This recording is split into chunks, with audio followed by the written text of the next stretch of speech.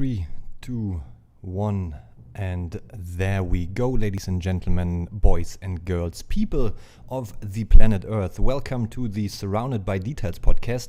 With me, Stevo, I am your host, as always, and I guess you know that by now after 110 episodes. We're gonna talk to a very, very interesting person today, Suzanne Aldous, also known by the nickname the Angel of the Bang Kwang prison, aka the Bangkok Hilton here in Bangkok. But before we do so, I thought I start early so I can actually share again the link on social media. Suzanne will be joining us in a couple of minutes around 6 o'clock, and I'm really looking forward to talk to her. Ever since I've been getting in touch with her, I have been reading about her, I have been doing research, and it just turns out that she seems to be a very, very lovely and kind person. Unfortunately, I have not met her in person, but it seems like a lot of people have, because ever since we announced that she is going to come on the podcast, I have been receiving messages from several people saying how happy they are that she is back in public giving interviews, because both her fans, I don't know if you can call them that, fans, and herself have been telling me that she really hasn't given any interviews over the last couple of years, because she got a little bit tired of it, and I can totally understand it. But her subject and herself as a person seem to be very, very interesting, so I can also understand the other side, that there is loads of questions, and many of them, of course, are the same. But we hope to find out a little bit more about her today, not only what she is known most for. We're gonna talk about that in a second, but before I do so, let me share the link here, and let me also tell you guys that we are very happy to be supported by Nanox Nutritions. If you want to get the best out of you, make sure to put the best inside of you, and of course also to Sanctuary Kombucha for always sending me delicious kombucha. Make sure to check them out on social media, and I click post here. And I also do hope that the construction here in our new location in the background will disappear in a few minutes. I figured out they always stop working around 6, so let's hope for the best. And I put my phone aside, and then I go on my other social media. Here we go, and share the link to the world. I hope you guys had a great start in the week. Yesterday was Monday, and it was the return of the Stevo to Bangkok, because I went to Myanmar for the World Leathweight Championship. If you haven't heard this episode about my summary and recap about the event and my week in Yangon, please make sure to go to my social media or YouTube, where you can find all our episodes, and just listen or re-listen to episode 109. And if you are not on YouTube, make sure to tune in on iTunes, Podbean, SoundCloud, Stitcher, where you can download all our episodes for free, audio only, but it is for free. So shut the fuck up and enjoy the episodes. Of course, it is always a little bit more interesting when we have guests like Suzanne coming up, instead of doing selfie episodes. But I started to receive some positive feedback, so I'm really thankful for my audience actually interacting more and leaving comments and sending me messages. It's highly appreciated, because as I always say, if you don't tell me what you don't like or what you like, it's hard for me to improve. So I really appreciate that, and on that behalf, a big thank you to all you guys out there listening and being interactive. And talking about being interactive, we are live on YouTube, and as always, we have a live chat available for you guys. If you have any questions for Suzanne or me, or have any input, please make sure to put it in the live chat, and I will bring it up if it's a good question. Unless you post BS, aka bullshit, yes, we are allowed to swear on this podcast, then I won't reply to it. Or I don't reply in general, because I'm busy talking, and as the cliche says, it is quite true. Guys cannot do two things at the very same time. So, and there we go. One more last share to the World Wide Web on Facebook. Also, by the way, a big shout out to Jim Algie, who we had on the podcast, and hopefully have him back soon, who actually got me in touch with Susanne. I really appreciate that. Because without him, we would have never made this connection. There we go. And post. Come on, laptop. Post live back on YouTube. And there we are. We have 1 minute left and we're going to call up Susanne in a second. I'm going to have a sip of water.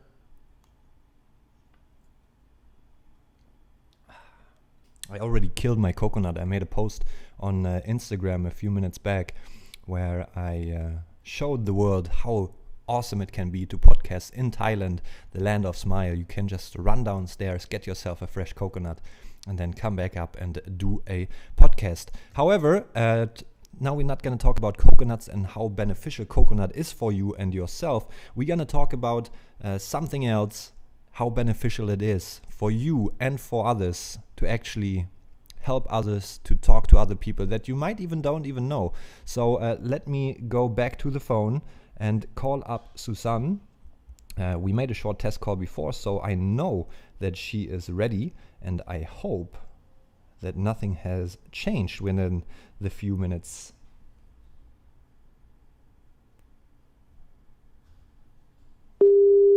It is calling.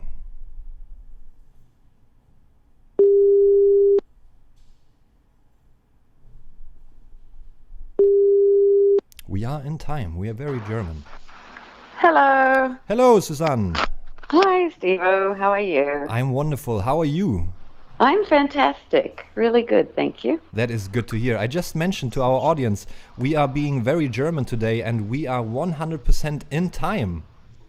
100% in Thai, okay. 100% in time. How does it work in Australia? Because you are from Australia, right? Are Australian people in time, or are they more sabai? Yeah, I think they're more laid back. Well, they used to be. I've been away such a long time that I probably can't judge very well. But I think Australians generally are known for their laid back, sort of easygoing, non-pretentious ways. When was the last time you were in Australia? Actually, I was just back home for 3 months, visiting my family, which was quite a long trip for me because usually I just go for about 6 weeks or a month at the most every few years. And there was a 12-year gap where I didn't go back. Rather, my family came up here to visit, or we met somewhere in Southeast Asia. So, but I'm going back more these days, it seems, as my mother ages and life changes, or we move down the path. Well, I have to tell that to my mom because I haven't been home for 4 years now, and she keeps on complaining. I'm just going to tell her that you haven't been back for 12 years. And yes, but I'm not recommending that as a standard. No, but we do regularly talk on Skype, so I hope that fills up a little bit. Where are you from in Australia? I'm from Melbourne originally. That's where I was born and spent quite a few of my years there, but I've lived all around Australia also. I already made a short introduction to my audience of who you are and what you are mostly known for, and the nickname the Angel of Bang Kwang prison. We're gonna get to the roots of where that comes from, but before we get to that, I always like to start talk at the beginning. As I mentioned, and as you just said, you are from Melbourne. Yes. And I read a little bit about you. I did some research, of course, ever since Jim put us in touch. And I was reading that you were a quiet child, but that kind of changed once you hit your teens. What can you tell me about that? Yes. Well, I don't know if I was exactly a quiet child. Anyway, I was probably a more well-behaved child. I wouldn't say perfect. But I think for me, I was a very deep child and questioned a lot, and was very much questioning the Vietnam War and things like that at the time, and was really perturbed by it and the lack of love and peace as I saw it in a child's mind. And I started to search for answers, thinking, is this it? Eat 3 meals a day, get married, and then have children and die. There's got to be more. So I searched for answers, all in the wrong places, which, sex, drugs, rock and roll, you name it, to be very cliche. But by the time I was 16, I found life painful and intolerable. And I really believe I wouldn't have lived to 17 had it not been for the fact that somebody challenged me with, if you're going to throw your life away, why don't you give it away? Yeah, when I was reading that sentence in one of the interviews that you did, I get goosebumps by only reading it, and now hearing you saying it just even gives me more goosebumps. But why do you went into all this state of sex, drugs, and rock and roll when you had the question of why is there not more love? Why did you didn't go out and spread more love? Well, I didn't have the power to do it, or the wherewithal, or the direction. And even though I was doing sort of very much on a path to self-destruction, I would say, within that, I was looking for love for myself, and I wanted to know that I was loved. I also wanted someone probably to save me. And none of that was forthcoming, and also during that time, even though I was very mixed up and I was a real pain in the ass for my parents and everybody else, particularly anyone in authority, teachers, whatever, there was a real aspect of me that really wanted to love. I was very much a hippie child in it all too, and believed in peace, love, and flower power, and was like a lot of us during that time were really testing the norms and didn't see them as being satisfying. May I sort of interrupt? Where do you look if you don't know where to look? How do you love if you don't know how to love? And so it took really having a real turnaround. And it was a spiritual revolution in my life, because it went from a myopic looking only at me and my needs and my brokenness, to an outward look of, oh, I do have something to give. And I began to know how to give it. Not that I have the answer to anything by any means, but at least I had wherewithal to start loving and reaching out and caring for others, and using that part of my life as a bridge to reach other people. So where exactly did that change happen? You mentioned the sentence there before. Who said it, and what went off in your mind to realize, okay, I really need to change? There is truth in what has been said. Yes, right. I was in the red light district actually looking for drugs, St. Kilda. And I'd said to a friend, I'm going to go join the Hare Krishnas, and I need something different. She said, no, let's just go score, and do it next week. And I said, okay, then I'm going to kill myself. I was quite extreme, as you can imagine, because I was really at the end of everything. And we went to St. Kilda. We couldn't find anything, couldn't get anything. And I was thinking, that's it, I'm out of here. And I was facing going back to another year of school. And it was, I just don't want to do this. And I heard music. And I thought, oh, what's that? I crossed the street. It was like a 6-lane highway or a big road. Crossed back over to see what it was. And it was a group of volunteers doing street theater and performing. And they were Christians. And I sort of had headed up to there with religion, or formal religion. And I went, ooh, but I could see they weren't your churchy, do-good, thou shalt not kind of people. And amongst them, there was a ballerina, there was a hippie, there was a businessman. It was just a variety of people. And I felt this incredible amount of love from them, and genuineness and acceptance. Yeah. And so that's where it began. And they challenged me with that thought. And I said, okay, I'm in the middle of St. Kilda, and I went, okay, God, if you're real, then take my life and do something with it. And I, I'm the kind of person who spits nails and challenges authority. So come on, show me your stuff. And something that, like I said, that shift happened in me. It wasn't profoundly spiritual at the time, in the sense of your traditional spiritual, but a shift in that I could start looking outside of myself into others and their needs. And there was something in it that freed me up. And then after a while, I did find that, yes, for what I believe, and that's shifted and changed throughout the years too, but definitely there is a higher power, and it's love. Call it universe, call it God, call it whatever you wish. But that started to really anchor in my being and moved me out, and really was incredible. It was a revolution.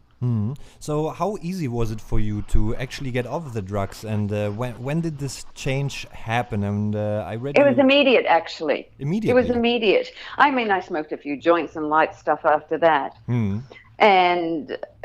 But it was like getting stoned wasn't getting high anymore. Yeah. And I mean, I stopped any hard stuff or anything immediately, because even though I didn't really understand it all, something was filling me. And it was replacing the emptiness. And my behavior was, whatever it was, whatever form it took, was looking for things to fill that emptiness and to give me direction. And that's what started to happen. So it's like, you know, when you, for example, if you break up with your girlfriend and all of a sudden you fall in love with someone else, you soon forget the old. Because the love replaces it. You know, replaces the person, replaces the thing, you know? Yeah. Yeah, I think that is a big problem with a lot of people nowadays. They forget to move forward and constantly just get stuck with the problem itself, instead of just realizing you have to drop it and you have to move on in order to improve, even if you can't really see the solution at the moment. You just need to let go and keep on moving forward. That's it. Or at least take one step and then the next step, and just keep taking those steps. And it's not about perfection. It's not about, I think sometimes we expect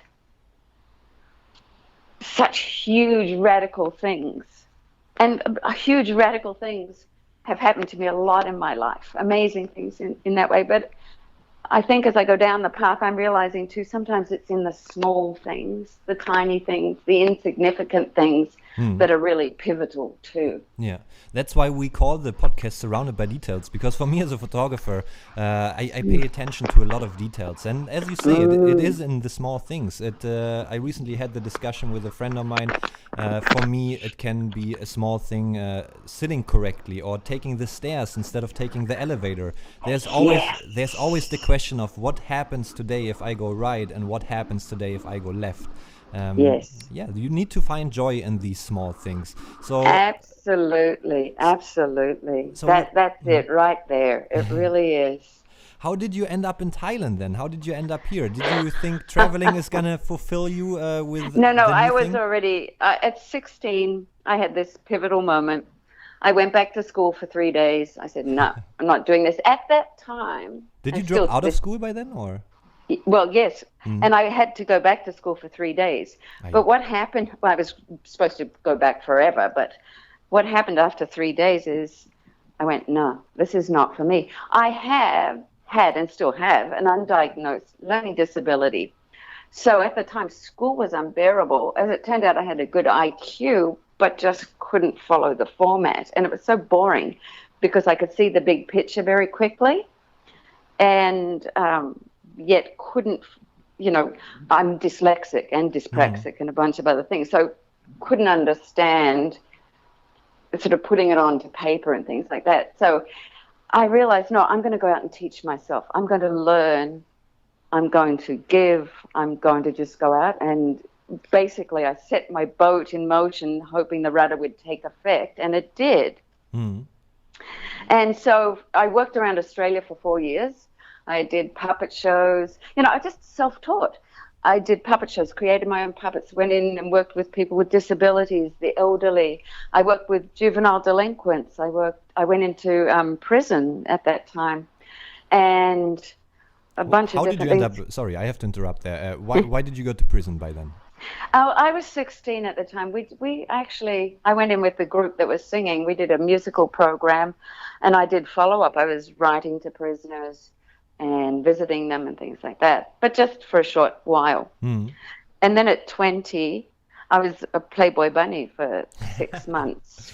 I read about this, yeah. Yeah, I mean, people go, wow. And because I figured, where do people go when they have problems? Where do they go when they're looking for things? Half the time, most of the time, majority of the time, I guarantee they don't go to church. Yeah, I totally agree. You know, I mean, my God, I wouldn't. Really. And no offense, but I just wouldn't. And they go out to a club, and I just happened upon and was invited to work as a Playboy bunny. So I took the job, and it was amazing. It was just awesome for 6 months. Mm. And it was one of my very few secular jobs.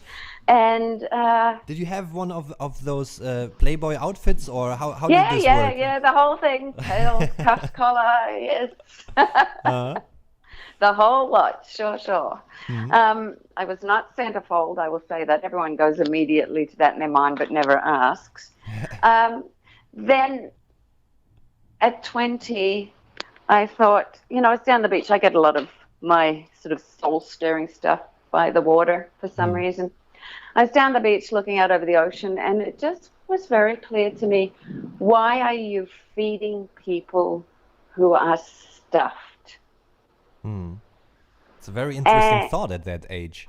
Yes.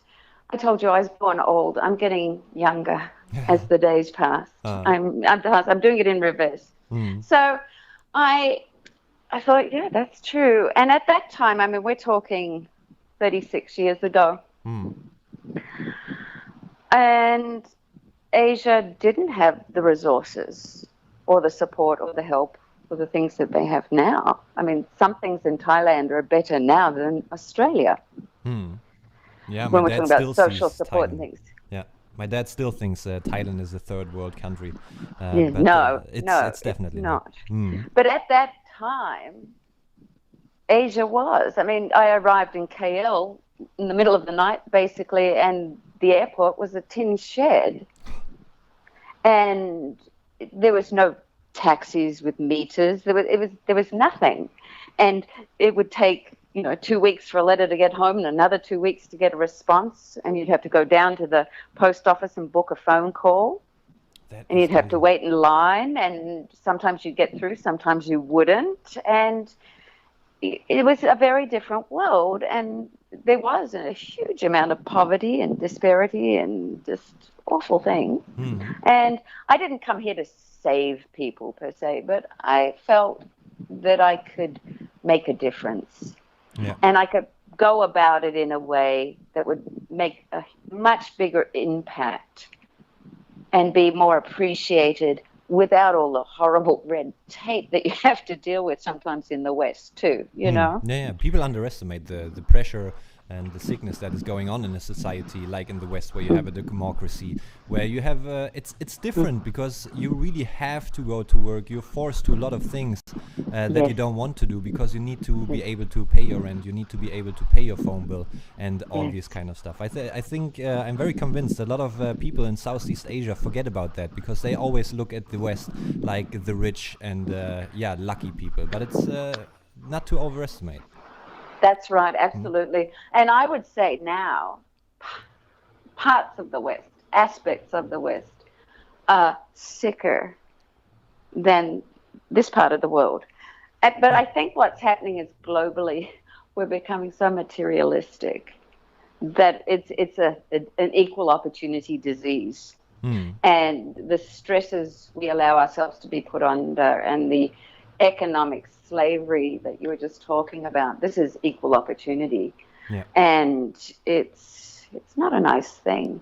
But anyway, so I packed up my bags and I came up here, backpack, one-way ticket, not knowing what I was going to do or how I was going to do it. That's the spirit.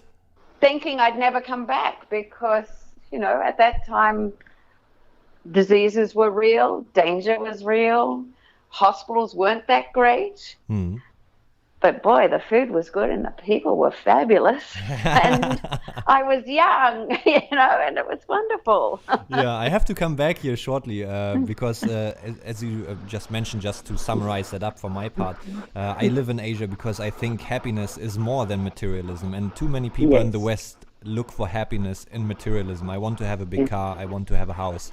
And I don't think that is where happiness is. Happiness I don't either. Yeah, it's to be happy with yourself and know that you're going to survive today, and tomorrow you're going to look for your solution tomorrow. And that is true freedom for me, I think.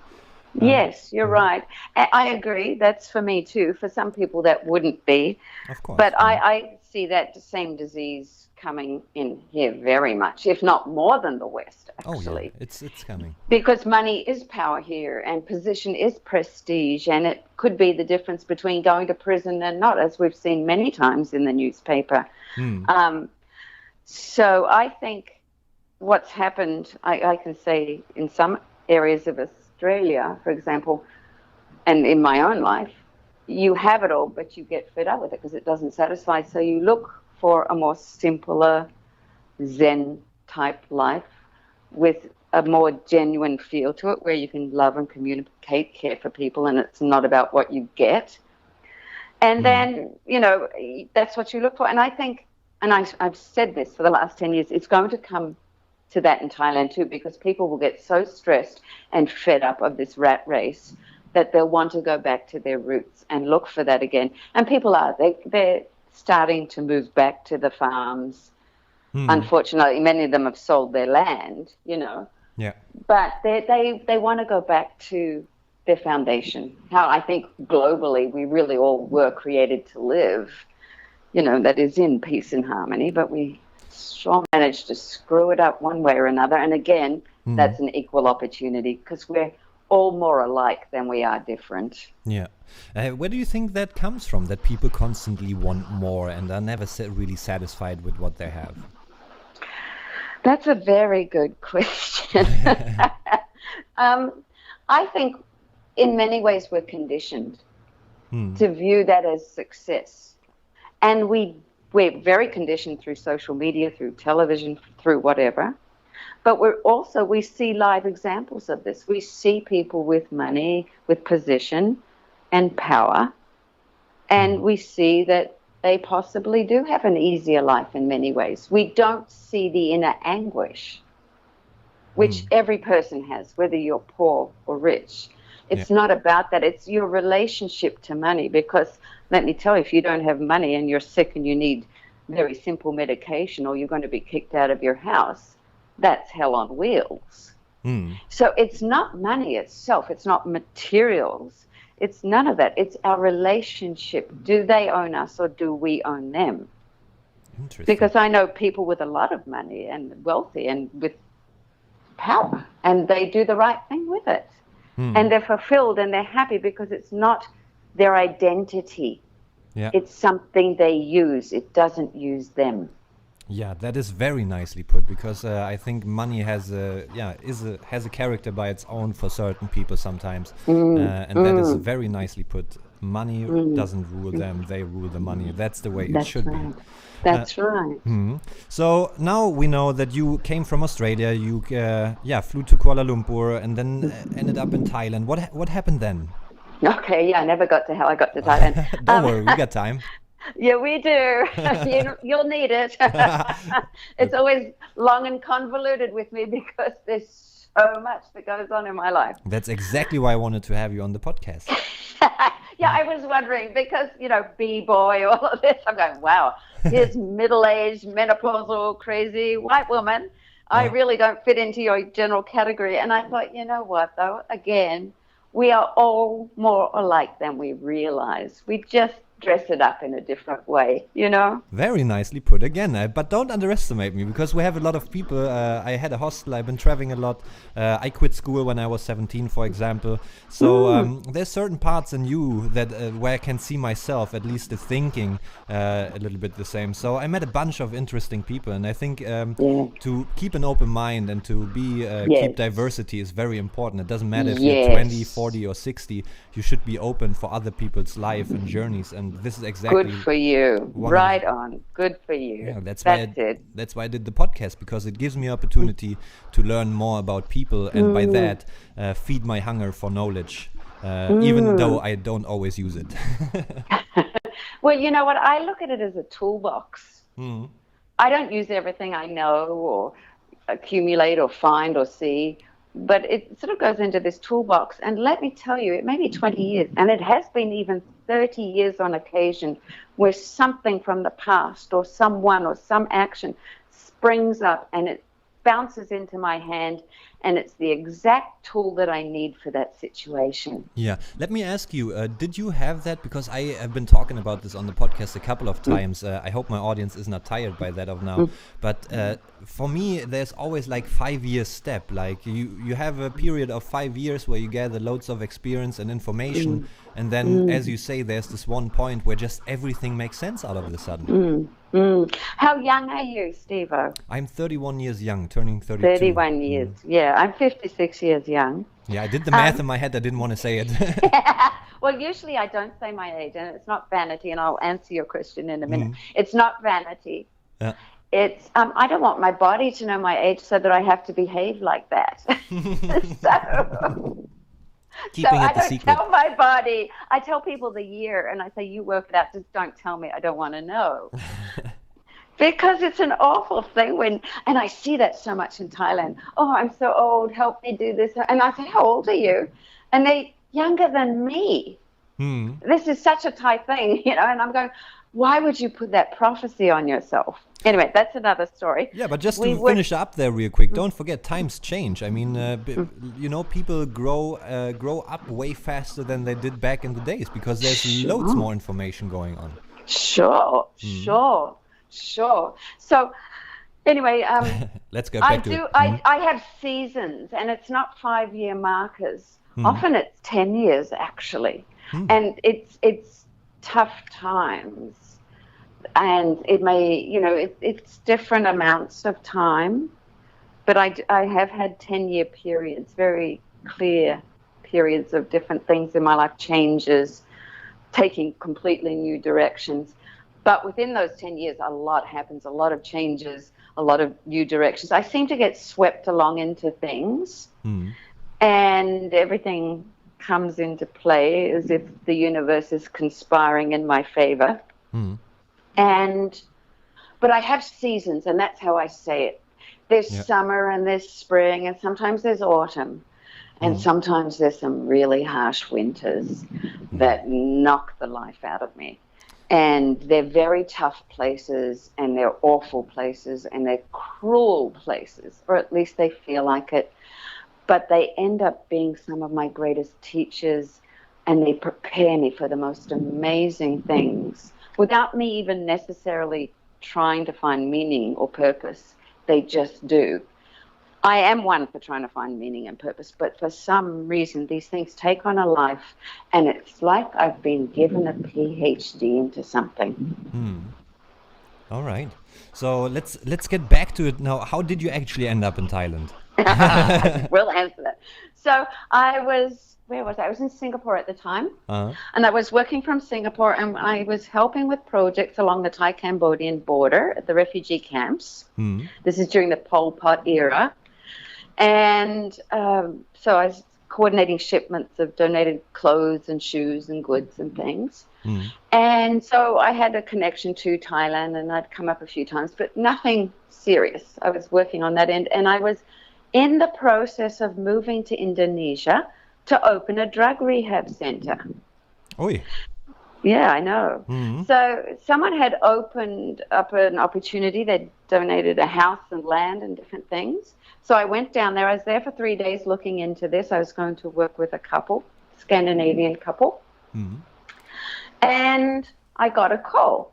Could you come up to Thailand and help with a 9-day project, or a 6-day, I forget what it was. And so I got on a plane. I came up, and 6 or 9 days turned out to be 16 years. That's what you always hear. That is incredible. It's true, right? It just, okay. But somehow I never really wanted to come to Thailand to live. But somewhere inside me, I knew I was going to. So I didn't come here because I loved it. And it was a wonderful tropical life. Yeah. I was coming to a situation that was quite difficult, actually, that was going to require an incredible amount of energy and dedication for a very long time. And it was a sense of giving up myself, and my freedom, what was left of it, and any independence. And so it was a little bit going with a bit of dread. And for the first 6 months, I really was not in love with Thailand. I didn't dislike it, or, I didn't think, oh, this is horrible. But at that time, a lot of people didn't speak English. So how did you communicate? Hands and feet, well, I had to learn Thai, but, you're not going to learn it overnight. So I felt very isolated. And it really was quite hard to get around and bargain for taxis, and it was dirty and hot and loud and noisy. It wasn't modern like it is now. I mean, I loved how it was now in retrospect. Yeah. And I enjoyed it at the time, but there really were moments of frustration and loneliness, and I would meet people who were in desperate and awful situations, and I couldn't communicate with them. That must be quite a disappointing feeling and frustrating. Absolutely. And that was a good motivator to learn Thai, let me tell you. But also I learned a very powerful thing there, and this is what shifted that 6 months. I would just go into hospitals and I could say, hi, how are you in Thai? My name is, I'm from, and, a few basics. And then it would stop. And so all I could do was hold people's hand or touch them or look at them and empathize. And I realized right there that I had the most powerful language. And it was a language without words. And people would laugh with me, cry with me. I would hug them. And I won't say it profoundly changed their life. But when you're in a hospital bed, beaten up, in pain, feeling awful, not knowing if you're going to survive or walk again or whatever, and someone comes and reaches into your soul with love. I mean, I still could cry now when I think about it. It's an incredible thing. And I realized, okay, I'll work with this till I get the language. And I think I'm still working with that because I still don't fully have the language. I mean, I'm pretty good, but you'll always feel it's never good enough, How did you get received? I mean, you were still quite young, and you were a Western woman traveling alone. How did you get received? I mean, were people happy that you do that, or did they question you more? What are you actually doing here? Well, all of that. It was a mixture because, yes, I used to, and this is quite blunt, I used to joke, many Thai men would look at me as being just a receptacle for a penis. Because they would have this Western white woman fantasy, and that's all they could see. But on the other hand, Thais really do have a respect for people who are volunteers or who tambun or make merit or do good. And they do have respect. So I would get respect. I would get sexualized. I would receive many different, and I would be questioned. And I was followed by the police and the military and everybody else under the sun several times. I've had my phone tapped. It's the kind of thing, damned if you do, damned if you don't. The inmates in the prison would think you were working for the cops. The cops thought you were a drug dealer. The prison thought you worked with human rights and were going to expose them. Nobody trusted anybody. And the only answer you could give was consistency. Constancy of purpose. Just keep showing up, being consistent, being who you are. And sometimes it took years for people to go, she really is the real deal. And why would people believe you? Who lives in this world without a salary? Who lives just to go and hug and kiss and hold people and cry with them and help them live and help them die? And, I was hugging people who were HIV positive when no one else would touch them, and with tuberculosis and whatever else. And rapists and murderers and whoever else, they'd already received their judgment. I don't need to judge anyone. So but that seems something that people like to do. They like to judge other people, and unfortunately, we all do. Unfortunately, always do the worst. Why is that? Yes, I don't get it. Why don't we judge positively? Yeah, what is keeping us from that? Well, we ourselves, and it's a very conscious thing. But I can tell you, you build neural pathways. So whatever you're thinking and feeding in, and we inherit a lot of this crap. So we are innocent to a degree until we realize it. Once we realize it, then we have the power, and the responsibility is on us, I think. Yeah, makes sense. To go, okay, I'm going to reprogram myself here. And, for the most part, I think I do pretty well with being loving and kind. But when I'm tired, I'm worn out, I've had enough, and everything's getting to me, I can so easily go back to that place of judgment or being negative or being pissed off or just everything getting to you. Yeah, as you said before, it's the small steps. You need to come to these moments where you are aware of, why did I react this way, where you actually question yourself. It doesn't mean that you have to be right or act right the whole time. It's these small points of self-awareness. That's right. Let me come back here real quick before we continue, because you said people were questioning how can somebody just come and hug people and laugh with people without having a proper payment. What do you mean by that, and how did you survive by the time? I mean, did food come for free in return for what you did, or what did you save up in advance? How exactly did you survive? No, I never saved up in advance. I live by the very simple rule of the boomerang. Whatever you put out comes back in your life. Would you call that it may karma? Not come back. Yes, I guess so. But it's an immediate thing. I'm not waiting for next life. I'm not waiting for, none of that. Yeah. What I put out in life now, and I don't put that out to get that back. So I'm not expecting repayment or payment for that. I think what you freely give with good intention, it's like an echo. It comes back. So, okay, when I care for people or give to people or do whatever I try to do, hopefully from a place of love and genuine caring, I'm not expecting them to give or do anything for me in return. But I have learnt you can never outgive, because the joy, the blessings, the happiness, the satisfaction, yes, there's a lot of crap and sadness and unhappiness in all of that too. It's a mixed bag. But the joy outweighs everything. So you get emotional, mental, spiritual satisfaction. I don't do it for that reason. It's a byproduct.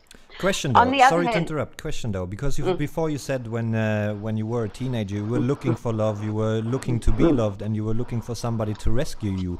Is that maybe something that went on unconsciously in your mind, that you started to realize that you are rescuing yourself by giving? Actually, yes. And I must say, and I've shifted out of this, it became a bit of an identity and a personality, which is not different from the personality or the identity you project if you're rich or powerful or great or the best musician in the world, We sometimes make an identity or create an identity that feeds our ego too. Yeah. So I've had to learn along the way to not be doing what I do because I want to look good, appear good, be accepted or loved or whatever. So anyway, back to how I eat. How do I eat and dress myself and pay my rent? I live incredibly simply. My rent's 4,000 baht a month. Which is, for the people who not live in Thailand, around $180 US, yes. And, I live very simply. I go to the local market. I cook a lot of my own meals. Right now I do a lot of projects within my area, so I can walk to them or get on a 7 baht, a few penny butts, or whatever. So it doesn't take much to fuel me, to get me going, to keep me going. I work in hospitals. If I get sick, they help me, though I never go to hospital when I'm sick. But, that's a bad habit. It's terrible. It all comes back. It really does. So I say my health insurance is tied with heartstrings, for example.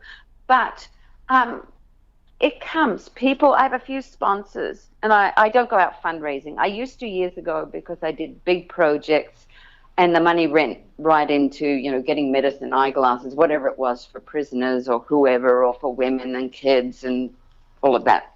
I stopped doing big fundraising. I stopped doing big projects.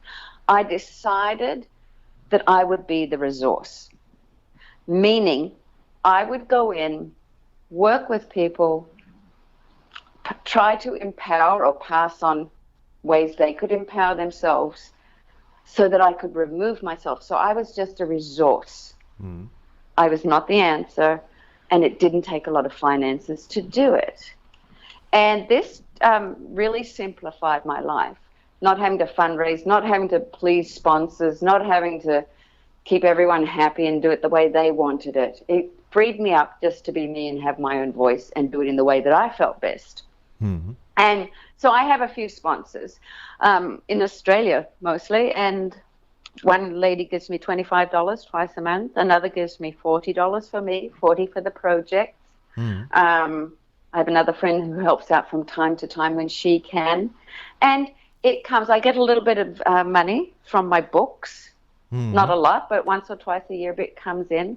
My mother put a bit of money in the bank for me, and I just earn a bit of interest, a few $100s, maybe once or twice a year. So it's little bits here and there, and it literally does. People put it in my hand, and I don't hint, I don't tell people, I don't have money, I don't do that. I just believe it will come, and it's come under the door. I found it in my pocket. I found it on the street. It's just beyond explanation. It is totally a supernatural thing. It comes. Now, how many people have called you crazy for that kind of thinking? Sorry to be so straightforward. No, I've had a lot worse names than crazy. Crazy, I'm crazy cat lady without the cats. I just do plain old crazy, So that's a compliment, by the way, crazy. That's nice. Almost everybody, and if they don't say I'm crazy, they're concerned or they're worried or they just, what are you going to do when you get old? What are you going to do? What if you get sick? Well, I already died. What more can you take away from me? I already died in a foreign country without money, without food, without anything. And you know what? Again, people came. They helped. Miracles happened. And I think once you've died and come back, what's the worst thing that could happen to you? Do you believe in a life after death, by the way? Absolutely, especially after dying. I didn't want to come back. I was trying to get back out of my body. I was pissed off that I got sent back. Like, really? Are you kidding me? But I knew I couldn't leave again. I just couldn't get out of my body. It's just, okay, I'm here. And I was really depressed for 6 months. It was really hard to adjust back into this heavy body, this life, this world, these problems, after what I saw and experienced and felt. Then something after 6 months shifted in that I was able to take some of that and incorporate it into life. And I do love life. I love good food. I love a glass of wine. I love the smell of a rose. It's the simple things. I love to walk every evening. I love to watch the sunset. I love the sound of bells and watching children laugh and things like that. So I have a real richness in my life. And I've always had that, but I think it's more pronounced after dying and sort of coming back through the veil and then adjusting to being here. Now, I read that you have a daughter as well, correct? Yes, I do. How do you translate to? How do you translate your life experience and thoughts to her? Well, she's a very different creature than me. We're very, very different. So I tried to provide for her. I don't know how well I did this, but I tried to provide for her a more typical life. I homeschooled her in English with a course from the Australian government, and then she went to local Thai school as well. So that she would have socialization. And her Thai is better than most Thais I know because she was so determined. And she's in Australia. and I have a grandson who happens to be half Thai. Oi. I know, it's amazing. And, thank you. And they met there. In Australia? And yes. My grandson's first language is Thai, not English. Interesting. Now that because the whole family's there. They're all there. I'm the only one here. Funny coincidence. I always, I have a lot of respect for that. My parents, it's hard to, or let me put this another way. It must be an amazing feeling to be able to speak to your grandson in a different language that you are very much capable of as much as your grandson. That must be an amazing feeling. Yeah, well, it is, because my daughter and I never speak Thai to each other unless we don't want other people to understand when we're in Australia. But it's funny, we both go to Thai right away when we're with him, and we sort of slip into it with each other there, only in that space. Yeah. And again, you don't we've know always spoken... Yeah. Sorry, go ahead. Yeah, again, you don't know other people's journey. I had this with my dad because my parents are German, and sometimes we went to Germany, and we met a couple of Swedes in the grocery store. I don't really remember, and they were making fun of my clothing style, and then in Swedish, and then I just replied in Swedish, and you could just see the shock on their face, and you never know who's around you. No, and you know what? Sometimes we don't even need the words. I know when people are talking about me. Yeah, that's and true. I know when it's good or bad. It's energy. And it is. And I do an exercise. I do a lot of laughter therapy. So I do an exercise quite often with patients who have had stroke and have lost the ability to speak, or children with disabilities who don't speak. And I do an exercise. We speak in gibberish. So just like a baby, and talk away. And we use emotion. And because you're not using the left side of your brain, you're using another part of the brain. And so we get into this banter, and sometimes we have a whole conversation. And I've seen people who, after a stroke, who could not speak for a year, had lost all ability, were never expected to gain it back. I've seen people that I've spoken to them this way for a year and laughed with them and just had fun and not put them under stress or pressure, and just they have fun and something clicks. And I in one instance, an elderly gentleman, in a minute he just got his, not only he spoke, all of a sudden he said, "I'm Chinese," he said in English. Then he started speaking Thai and Chinese. He got all three languages back. What? That's crazy. Yes, because something in the brain connected. He created new neural pathways, I suppose. But the point of that is we have emotion, and words are just a vehicle. Yeah, I always say communication. Body language, right? Body language is the biggest part of communication. Very important. I always say on the podcast that the communication is more than just words. It's how you interact, your face expression, your gestures. It can be, language can reach from mathematics to music.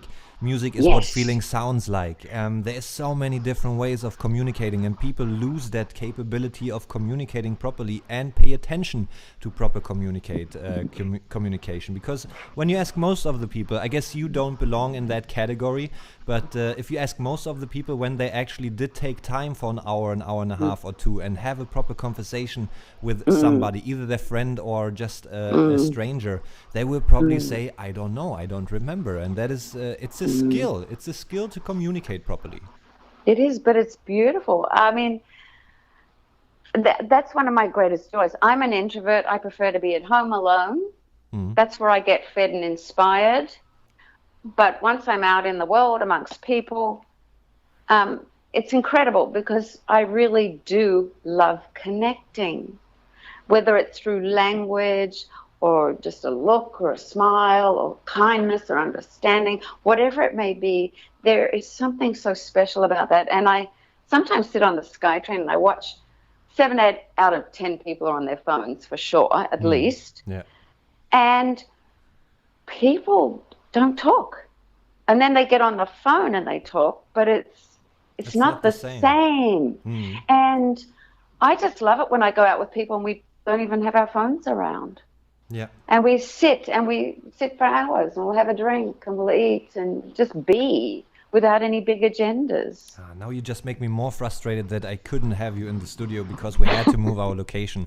Because I totally agree. There's one thing of communicating and writing with somebody on Facebook or whatever, and I'm sure you can have a connection there as well. But it's not as fun and as fulfilling if you actually sit across the person and you see the true joy in the communication itself.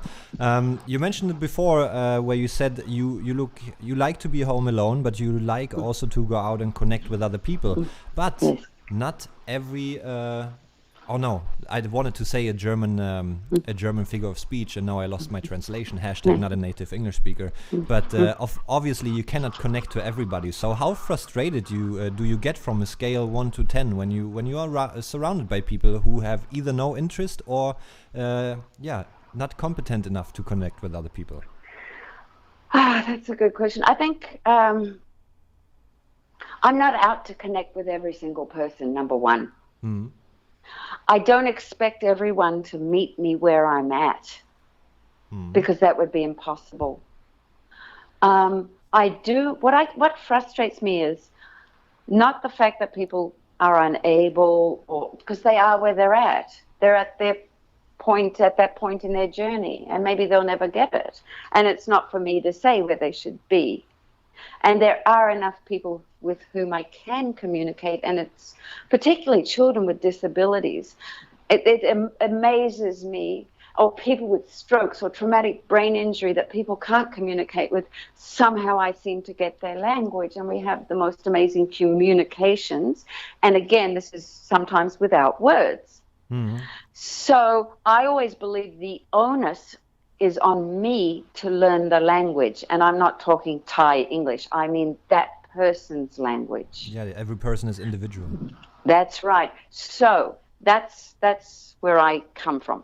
Yeah. What frustrates me, and this is where I really have to watch myself, is I get so tired of having to answer, do you like Thailand? Do you eat hot food? Do you that same old thing. I the small talk. Yes, but it's the same thing, and it's what it is. I need to be reassured that I'm okay, and from that person's part, and I understand it. So again, there's no judgment, but it gets really tiring. Another thing is, and that's why I don't do interviews anymore, and I have to say thank you here. No, I have to say thank you. This is a personal conversation, which is very different from an interview. And I really appreciate that, Steve-O, and thank you. I really do. It's nice. But I do get very tired of having to answer the same. It's like a voyeuristic type of question. People want to know about abused children or babies or what it was like in the prison, and I understand why they want to know. But I don't want to talk about that 24/7. Especially when I go out and meet people. I want to know what they think and feel. I want to have a connection, not be their Wikipedia. Yeah. So, into goriness, and believe me, once I get going, it doesn't end. I have tomes and tomes and tomes of really tragic and traumatic stories and things that are unjust and unfair. But that's not where I want to go. So often I tell people, and I made this decision a year ago, I've retired. So I don't often lead with I'm a volunteer. I've retired. What I do now is pretty much what I've always done, but it's out of a place of love. There's no statistics. There's no fundraising. I mean, I haven't done that for years, but I've just removed all the props, all the presentations, all the cliches, so that I can just be me with another person, rather than people looking at me as the angel, the saint, the whatever. I appreciate that people think that and they say it, and it's so lovely of them. But really, I go to great lengths to disprove this. And Jim Algie will tell you, he calls me the she-devil of Bang Kwang. And that is one of the best things anyone could have ever said, because that was not my idea at the time of the book. And it's just, I've had it all. But But, I mean, I really would rather someone go, fuck off, Susan, you're full of shit, than to keep having this conversation. Yeah, but with great action comes great responsibility. And I think no matter if you like it or not, you have also to accept the fact that you have done something very, very out of the average person, out of the average day. And I think it's a certain responsibility to live up to what you say, to make the world a better place, and sharing what you actually have accomplished. And don't get me wrong, I have certain questions about the prison here as well. But as I said, most of the people know you by the name, the Angel of Bang Kwang prison. But I want to know, how did you get there, and why did you get there? That is my question, and this is my point of actually turning shortly side off here. I have to thank you as well, because as you said, you didn't give interviews in a while, so I really appreciate that you came on here and have a chat with me.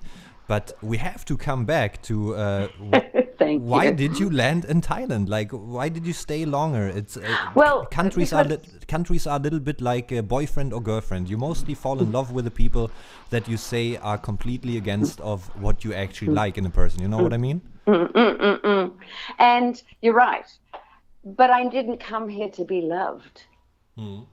I never came to Thailand to be loved. I never came here to be loved or to have something good or a great life. I actually at that time really came to serve.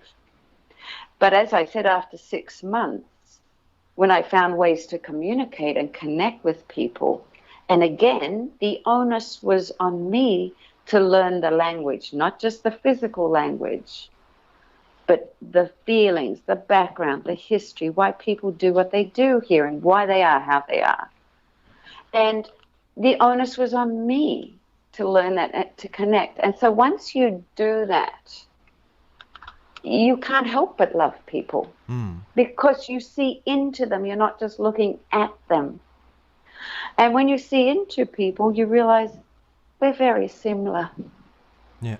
We really are very similar, and we all have very, very similar needs, wants, desires, problems, pains. And, so then after a while, of course, things shift, and I feel now much more at home in Thailand than I probably do in Australia. Yeah, but you have been here for such a long time, of course. That's right. And Thailand has changed. I've changed. We've moved. It's a relationship that's grown. And I do love it now. I love being here. I love doing what I can, that I have the ability to do what I do here, and that it's allowed and it's respected. And for the most part, people are really good about it. And there are frustrating moments, but that would be anywhere. Yeah, of course. And I think these small obstacles motivate also to keep going, because what would life be if it would be too easy? And I have to say here, while we are live streaming on YouTube, I chose a picture of you that I found on the internet where you sit with two Thai people, prisoners, and hold their hands. And it reminds me of a saying, because you said people often have the same goal, the same they want to reach the same thing, and that is something that I really enjoy with photography. I see that a lot in sports photography, which is obviously on a human level not as comparable to what you do, but it doesn't matter if you are a Muay Thai boxer, if you are a skateboarder, if you are a skydiver or whatever. They all want this feeling of freedom, and most of them reach that in a different way, either by a victory in the ring or by pulling the parachute on 2,000 feet. It's as you say, it's surprisingly how much we are the same as human beings, and we're wired. We really are. And I think, as I keep saying, the onus is on us, whoever the us is and wherever we may be. If we want connection, is to at least meet halfway. And I think you talked earlier about I have a responsibility because of what I do, and I appreciate you saying that, because it is very true. And I do have to remember that, and I have to remind myself that, that I can't just go out and give the finger to someone because I'm telling people to love each other. Mind you, I still do give the finger to people because I'm human, you know. And that's okay. And I'm very okay with being vulnerable. I don't set false standards for myself. But yes, I am responsible. And how I try to fulfill that responsibility these days, it's less by talking and trying to perhaps inspire people, but rather just living it, quietly living it. And that's been a big shift for me. And it's a nice place, actually.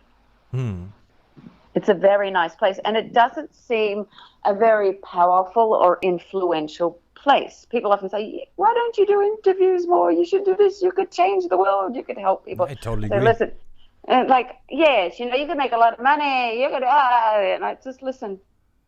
I'm done. You know, I just want to quietly go about what I do.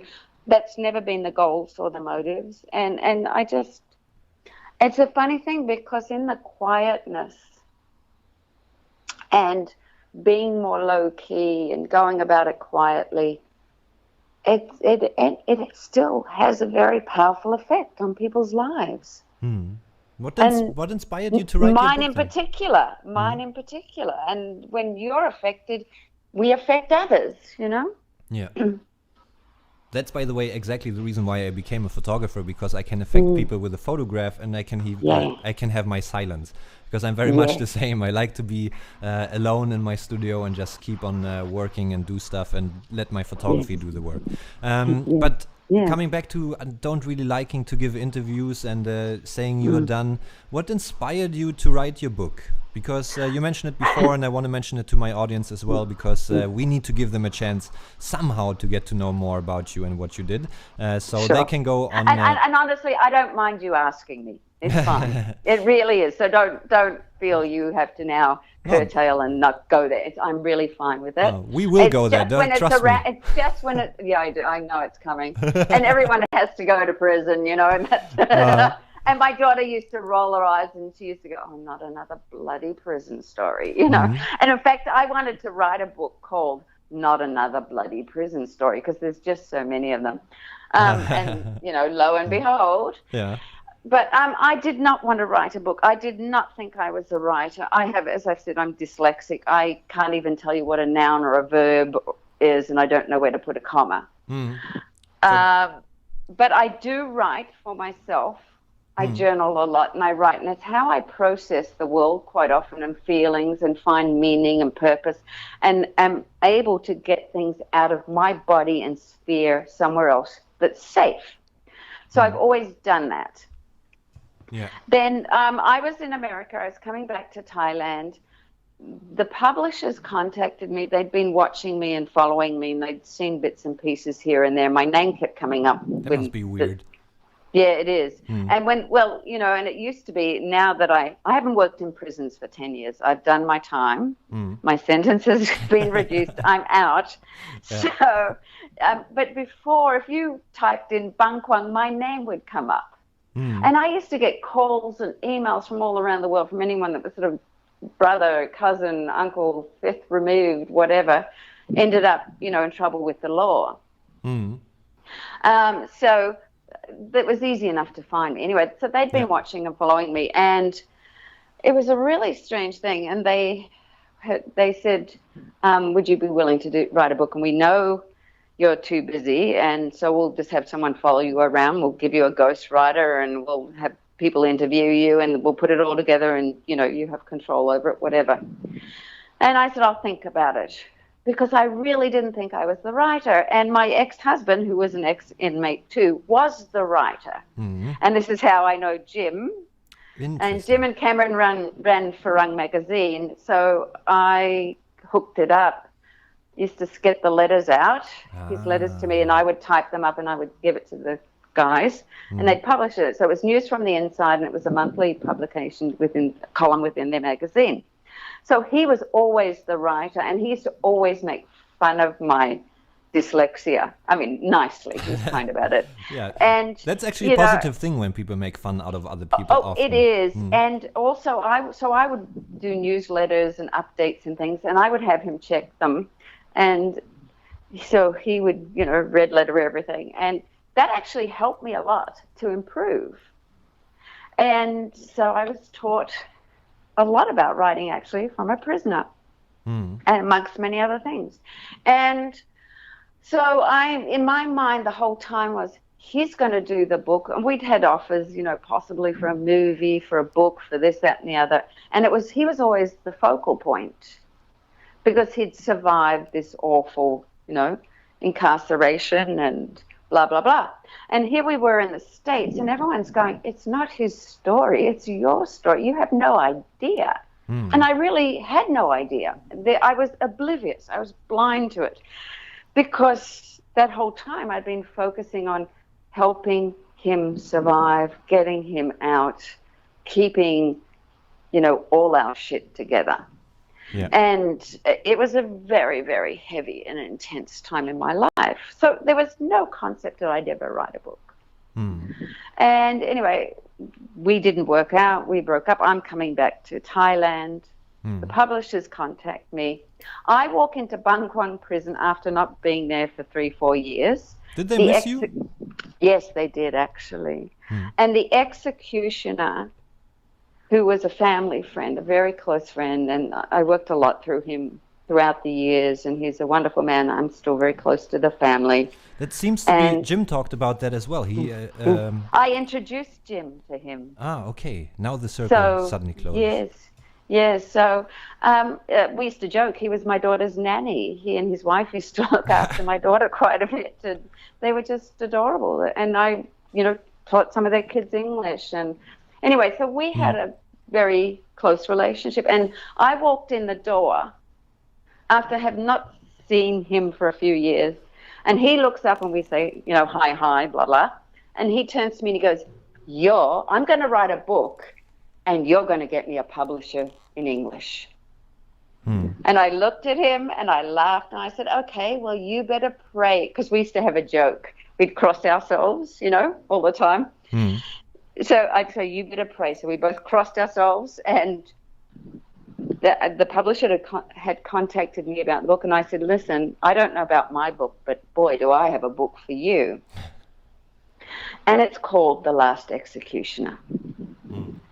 And it is by the last executioner of Thailand. And they were like, wow. And so I set that up. They signed the deal. It was written, it was published, and now it's a movie, as you know. And so that was incredible. So that was going on, and they still kept hounding me, but what about your book? And finally, just sort of out of the blue, I went, oh, okay. And it happened, and it was an amazing thing, actually. It's quite cathartic. It could be an incredibly different book right now if I wrote it now. How old were you by the time this book got done? This was 10 years ago, 8-10 years ago, between that time period. And so I quite enjoyed the process. So I already had quite a lot of writing and emails and different things. So they worked through that, and I had journal entries and kind of stuff. And then they would interview me. So they'd record it, then they'd type it up, transcribe it. I'd work on it, then the ghostwriter would put it all together. So this is going on. And then the publishers came out and they said, oh, listen, we want to write a book on a lady boy. We want to do a lady boy book. Yeah, that is actually on my list here. How did you come from prison to lady boys? Yeah, well, how do you not? Anyway. Well, it depends on what perspective you see it from. Listen, I go everywhere, everywhere and anywhere. I say AOD, any open door, I'll go. If it's the right thing to do.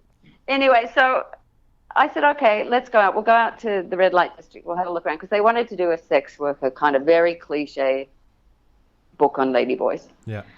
So we walk in there, and there's a ghost guide, and that's a guy who goes around who, for a price, and he gets kickbacks from wherever he takes you, but he'll take you to shows, he'll take you this, he'll take you there. And he's a former sex worker himself. And we just clicked right away. So I said, okay, listen, we need to find a lady boy. We need this, we need that. So we went around and we met different ones, had an idea. And I said, it was really interesting. So afterwards, we're sitting talking with him and getting feedback.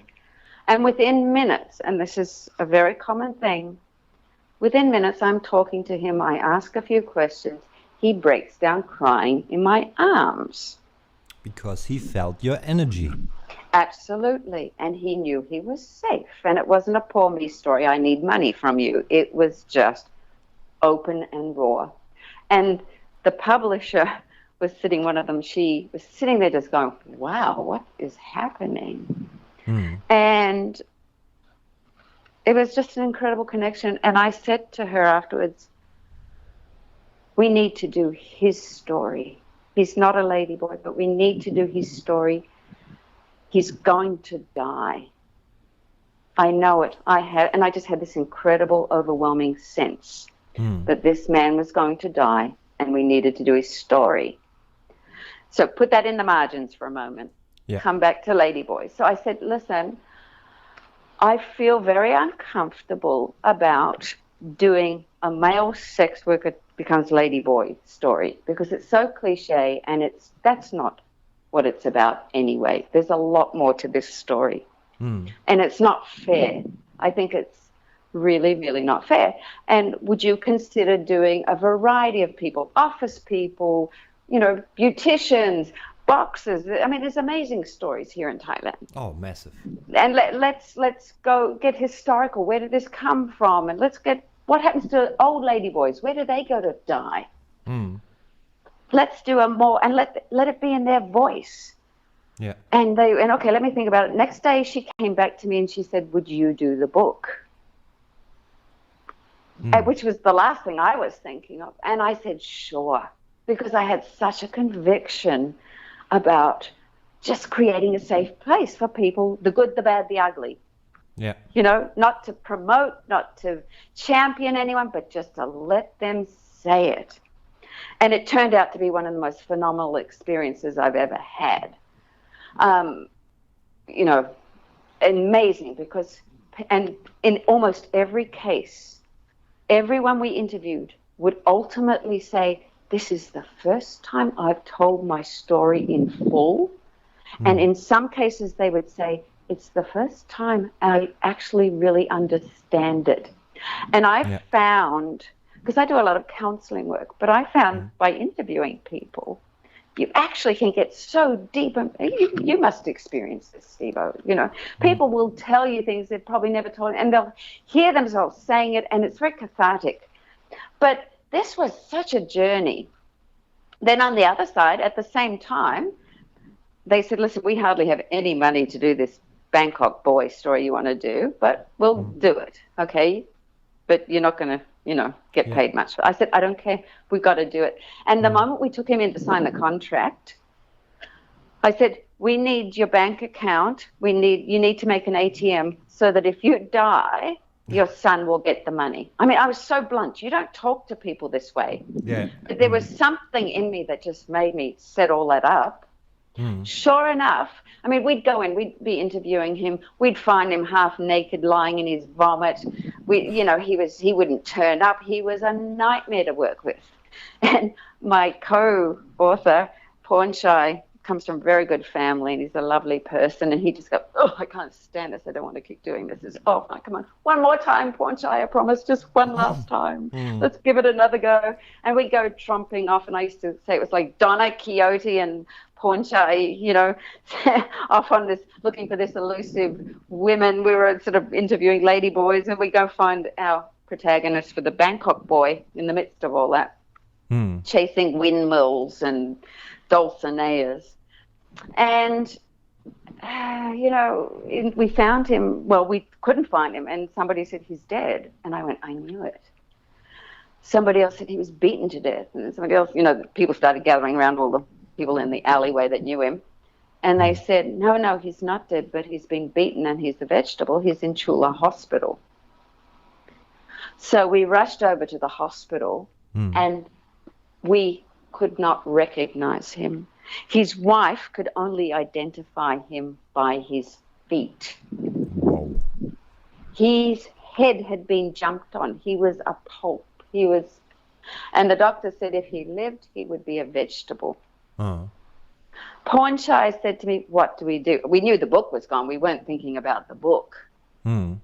He said, but what do we do? And I said, I don't even know, Pawn Shy.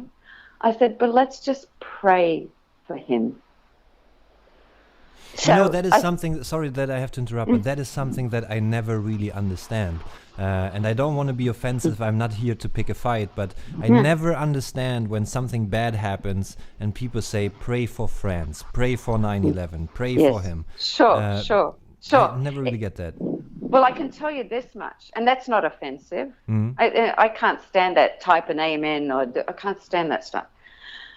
But sometimes you just get to the point where there's nothing more you can do, and if there is a higher power, all you can do is engage it. Sometimes I think we pray just for our own self to feel better, to not feel so helpless. That's a nice explanation. Right? And I think sometimes when we pray, and if someone knows, I have many cases of people who know, whom I've never met, but know I'm praying for them on the other side of the world, and it has helped them die knowing that someone cares and they are significant. So whether prayer works or doesn't work, I happen to believe it does. I happen to believe God's a bit fickle at times, or at least to my understanding of it. But I do believe it works. But at the very least, it can be an act of love. It can be a show of love. It can be a support. It can be just that I'm entering into this with you. So here he is laying a crumpled mess in this bed, not even recognizing us. Pawn Shy is a Buddhist, a modern Thai Buddhist, so meaning you've inherited it and you don't really know how you feel about it maybe. And here I am, rather unorthodox and very irreligious. And I said, just put your hands on him. You pray how you pray. I'll pray how I pray. And we just went back every day and prayed over him. And talked to him like he was coming to. And one day he came to. And I'm not saying that's because of our prayers. I'm really not. But we sat vigil with him. We were with him, not all day, every day, but we went every day. And then he returned sort of as a cantankerous. He was fighting. The nurses hated him because they'd seen him in there before. They knew he was a sex worker, so they had a very condescending, awful attitude towards him. Yeah. And he was, you're going to respect me, so they were all having a go at each other. It was awful. And again, I had to step in and sort of negotiate and advocate and sort it all out and calm everyone down and tell them to stop judging and tell him to shut his mouth and be respectful if he wanted respect. And sort all this out and create some sort of harmony. And something shifted in him because the doctors told him, if you ever drink again, even coffee, your brain is finished, And he's remained sober. And his wife said it was like he had a brain transplant. And after that, he came to every interview. He was there on time. He was open. He would never admit to being an alcoholic before. Towards the end, he's going, I'm an alcoholic. It was alcohol. It was this. It was that. And he was very forthcoming. And it was very cathartic. And that little book, it was a real sense of, I think, because of asking the questions and working with him, it actually was very instrumental in helping his life and his family, Yeah, sometimes you have to learn the honesty that you have to give to yourself. That's right. And sometimes you need a safe place to put it and to know you're not judged. Yeah. And so that was a sort of a side issue, but we were doing that. And that was really a walk on the dark side, going into his life and background and the whole sex industry. And yeah. I actually have to end my thought here that I have approached a little bit earlier. People can find your books and also this book, Ladyboys, Inside the Secret World of Thailand's Third Sex, on Amazon. All they have to do is to look for your name. I'm going to put the link in the description, and they can also find your other book, The Angel of Bang Kwang Prison, on Amazon. So I get that out of the way. Ba-boom. Thank you. And the third book is Bangkok Boy. I don't see that. Is that? No, because we didn't put it under our name. At that time, they were sort of doing a witch hunt on people who were talking about the sex industry. And also, we really wanted it to be about him and his story. So he chose a pen name, and we published it under his name. But if you look deep enough, you'll see that it's done by Ponche and myself. If your picture is not good enough, you are not close enough. In that case, my research was not good enough.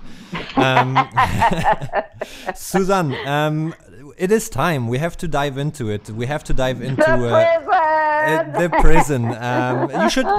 You should embrace it, because you should be proud of it. And let's make it quick, because I'm sure most of the people who are listening know you already. You have no idea. I said it in my introduction, how many messages I received of people in my audience from Thailand that are looking forward to this chat and interview. Oh, that's so nice. Thank you, everybody, whoever you are. That is something I wonder sometimes. Who are all the people who are listening? We even had a listener from South Africa and Madagascar, so we have quite a big audience on iTunes. It's very interesting. Fantastic. So, Bangkok prison, the Angel of Bang Kwang prison, that nickname doesn't come from anywhere, because you went into, probably the most known prison here in Thailand, aka the Bangkok Hilton. What were you feeling the first time you were actually walking in there? Because again, we go back in time, you were young, you were a woman, and you were not Thai. How did you feel, and what did you feel happened around you of the guards seeing you walking in there, and what kind of energy did you receive?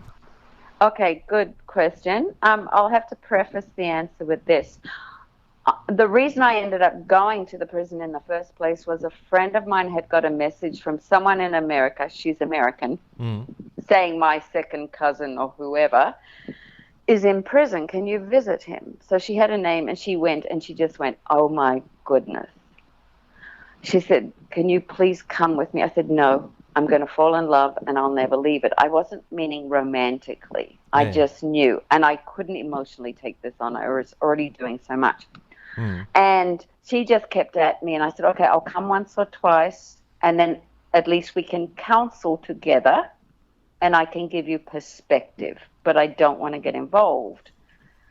But her whole reasoning was that I managed to somehow stay objective and not hate the guards or hate the police or hate whatever. You know, I can somehow manage that for the most part.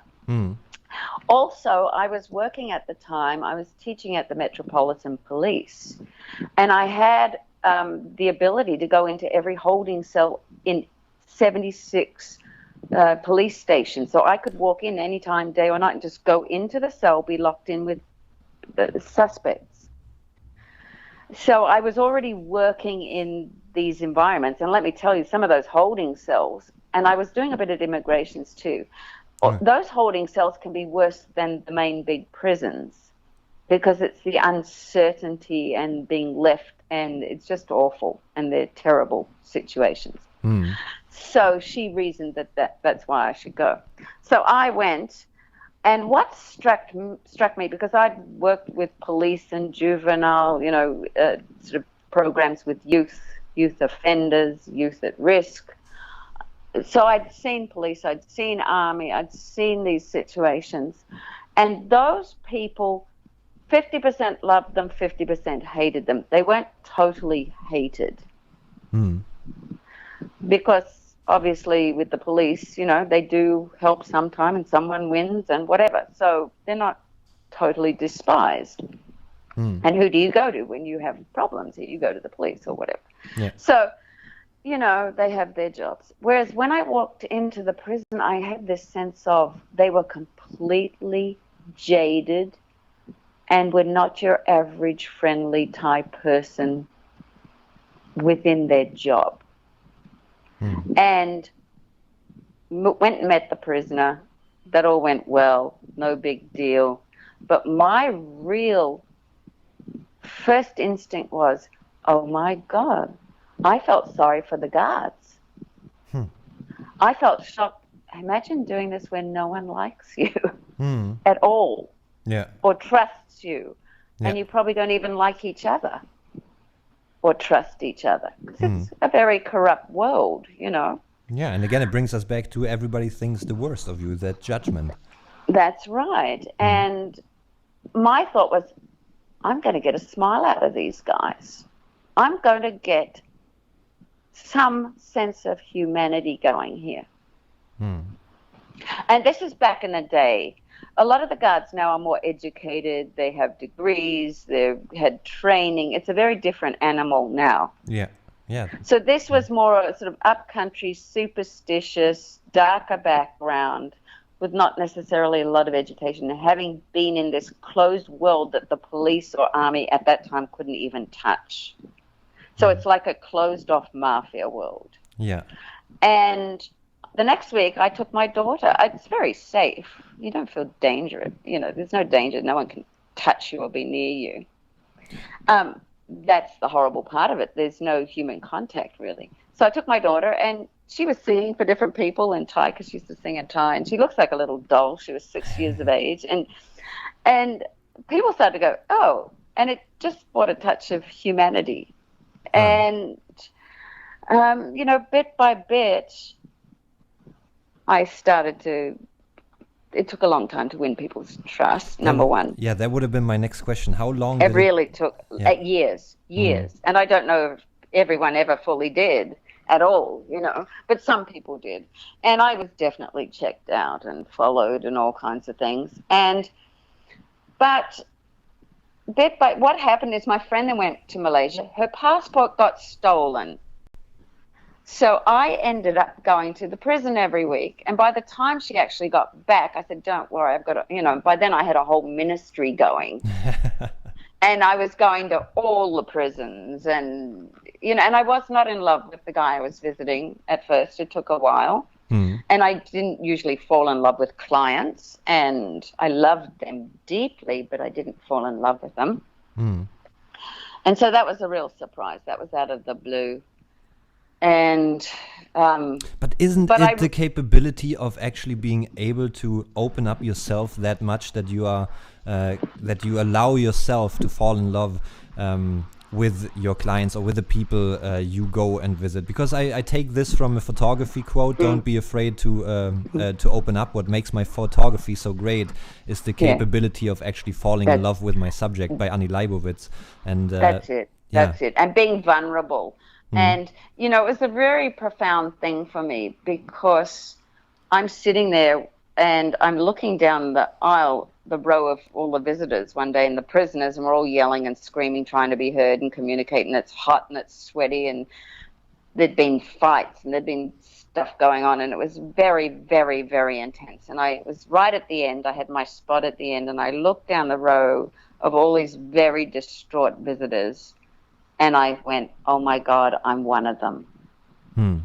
And it was such a relief. It was such a beautiful place. It was, I'm not being seen as the great white savior coming in.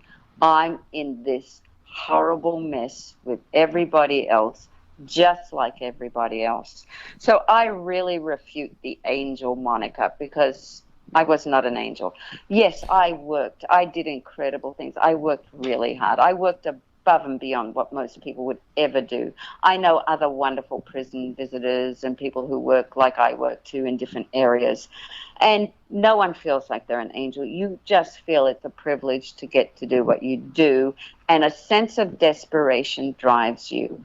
But I paid the price for it because I have PTSD, and a lot of it stems out of that time. What is PTSD? Explain to somebody. Post-traumatic stress disorder. Oh, okay.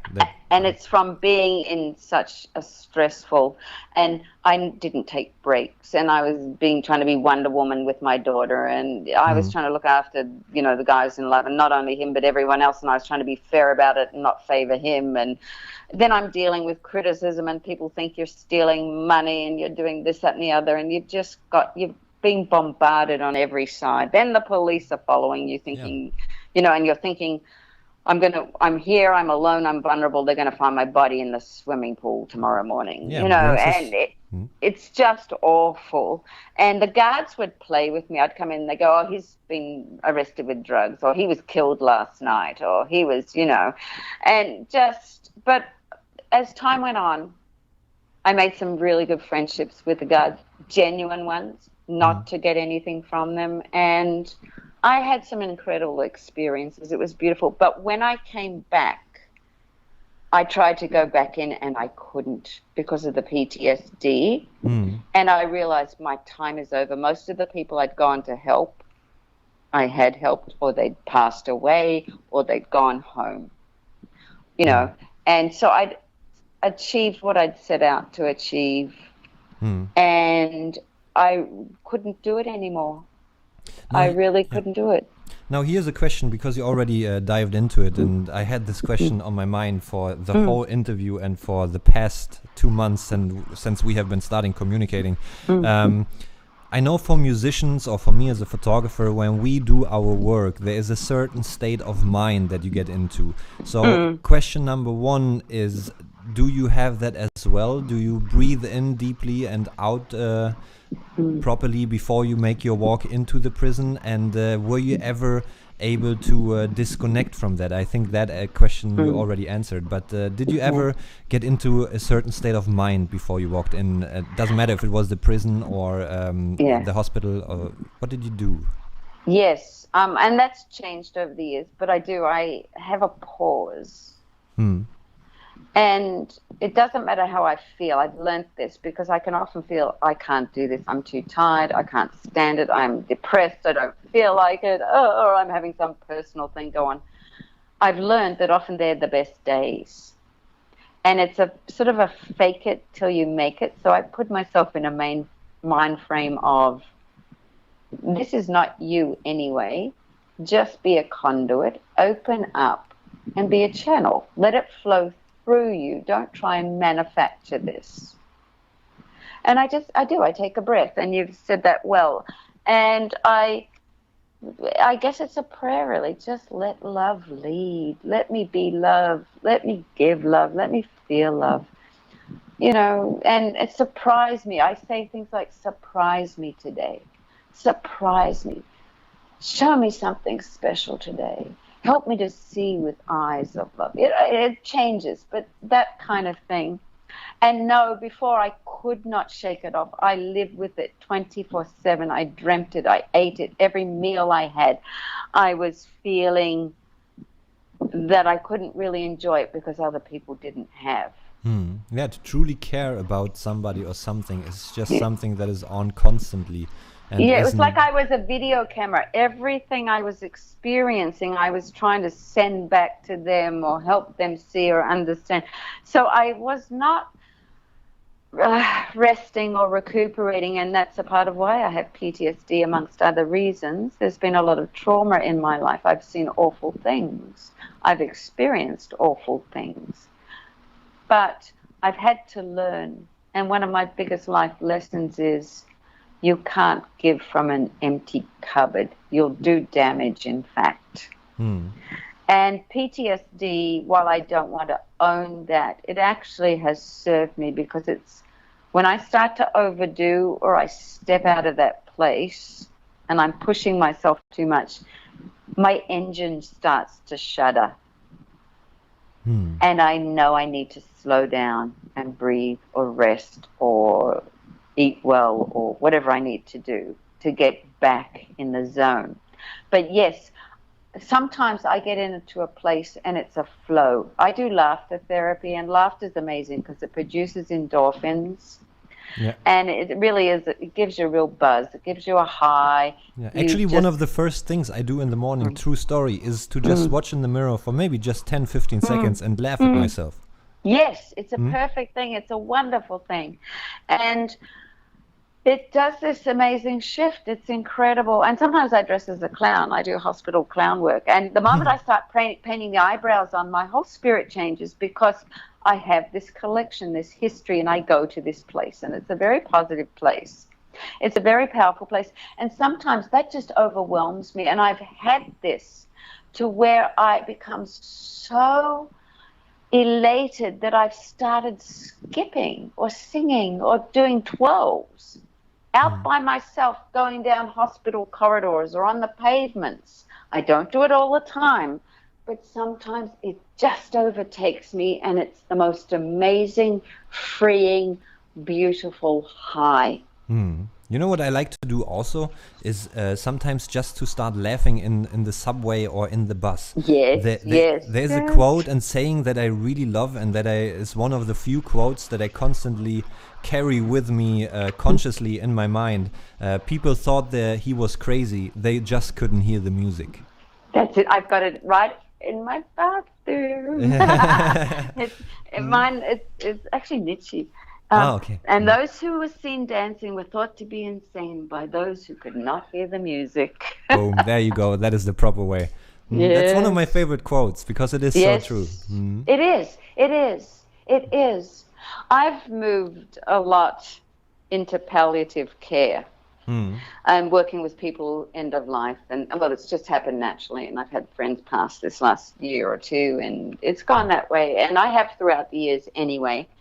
But I formalized it more, and I started to get training and, work more seriously. And along with that quote, when people are passing, they see loved ones who have already gone on, or they see angels, they see things. And who are we to say they're not there? True. Just because we can't see it? What color is love? We can't see love. We can only see the effects of love or how it's manifested. But I guess that is one of these things that we have to find out, each one for us individually, because we each one have our beliefs. And I personally don't believe in any God, but I believe in energy. That's why I don't believe in prayers, but I believe in true energy, and our feet all touch the same ground. So I think if you really mean it, no matter if you pray or if it's just a thought, it doesn't matter what gesture you do, your feet are still connected to the same earth. I absolutely agree with that. I absolutely agree. I think we are the ones who create God and put this God in a box. Yeah, I have deep respect for people who have a belief in a higher power. Me too, and I would fight for their belief. I do believe in a higher power. He, she, it's bigger than, it's bigger than we give it credit for. And my greatest prayer is, I hope we're all wrong. Because when I died, my experience was, and I won't go into it in great detail because our time's up, but the greatest thing, and this is very typical of people who've had NDEs, was the amazing amount of love. There was no concept to me of sin or imperfection or an angry God, or now you're really going to get it. There was none of that. I've never had that anyway, but it wasn't there. There was just this all-being love, and I was perfect within that love. And if I choose to really put on the glasses of love, hopefully I will see glimmers of that in other people. And that's where we can meet. Yeah. It is a question I have on my list. A lot of people are afraid to talk about the subject, but I don't really care because it is part of life. Do you think that you will be able, when you are on your deathbed one day, to look back at your life and say, I am ready to leave happily because of what you did? I'm ready to leave now. That's the best thing. That sounds weird to most of the people. I've said this for years. I try to live every day as if today was the day I'm going to die, so I can have a sense of peace and closure. I don't want to die today, but I have lived such a fulfilling, full, wonderful, raw, rude, in your face, fully sensual, everything life. That if there was nothing more than this, I'm okay with it. I recently got called crazy for that. Sorry to interrupt you, but I had a friend, we were talking, and I fly a lot because I shoot around Asia.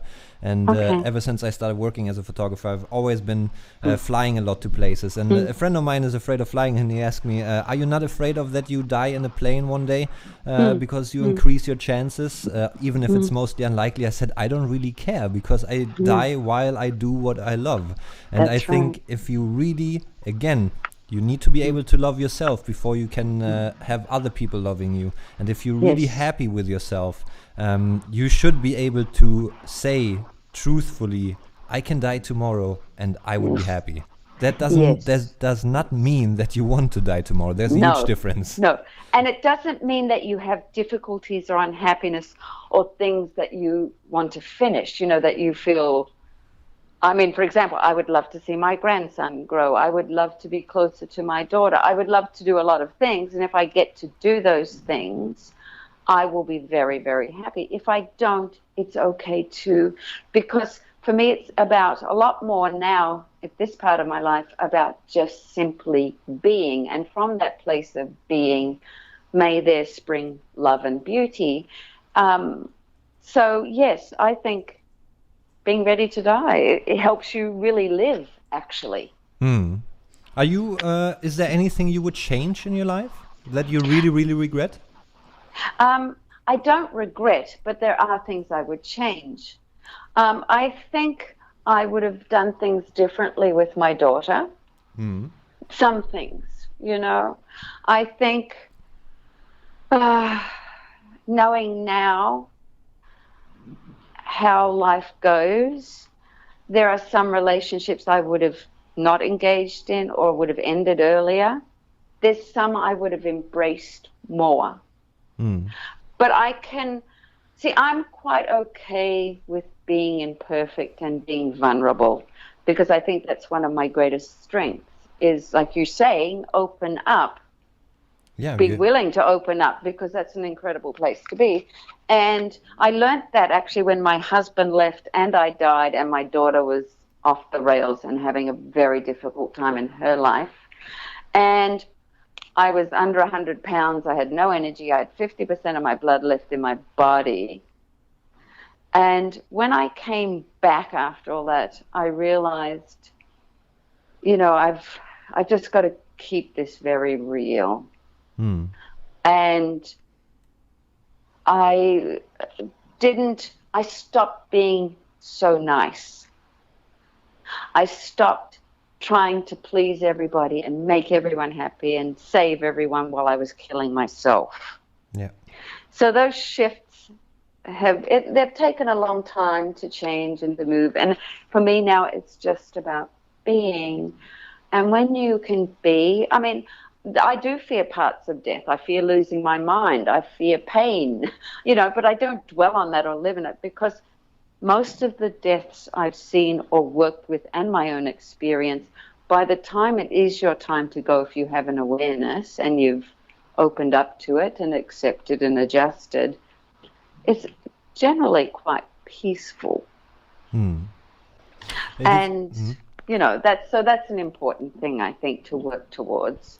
Maintaining the peace in life so that you can have a peaceful life and a peaceful death. The world would be vastly improved by the sentence "I don't know," or by actually embrace failure and look forward to find a solution, instead of, again, we started with this, instead of sticking to the problem.